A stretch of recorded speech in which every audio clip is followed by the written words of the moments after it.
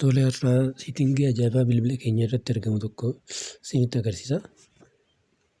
Kana ilaaluudhaaf jalqaba siitingii bannaa. Sana booda look screen kan jedhu bannaa. Look screen kan jedhu kana arganna. Isin yoo argachuu baattan sarchii jettanii kanaan look screen jettanii barreessuu ni dandeessu. Kanaaf anaaf fuula duratti waan argameef look screen kan jedhu kana bannaa. Sana booda security lock setting kan jedhu kana bannaa.